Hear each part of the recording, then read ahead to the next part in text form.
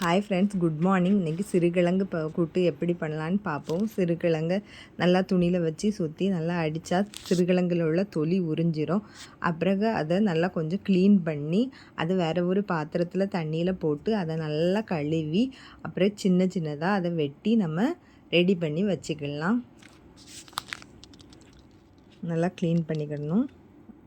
சின்ன சின்னதாக வெட்டி வச்ச பிறகு அதுக்கு தேவையான வெங்காயம், தக்காளி எல்லாம் கட் பண்ணி வச்சுக்கிடணும். தேவையான மசாலா தேங்காய், வெங்காயம், வத்தல், ஜீரகம் இதெல்லாம் போட்டு எடுத்து வச்சுக்கிடணும். அப்புறம் ஒரு கடாயில் எண்ணெய் ஊற்றி கடுகு பொரிஞ்ச உடனே கருவேப்பிலை போட்டு வெங்காயம் வதங்கின பிறகு தக்காளி போடணும்.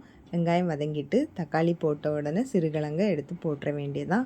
வெட்டி வச்ச சிறுகிழங்கை அது கூட உப்பு மஞ்சள் போட்டு நல்லா கிளறி விட்டு மூடி வச்சு வேக வைக்கணும். அதுக்குள்ளால அரைக்க வேண்டிய மசாலாவை அரைச்சிட்டு வந்துடலாம். அரைச்சாச்சு மசாலா.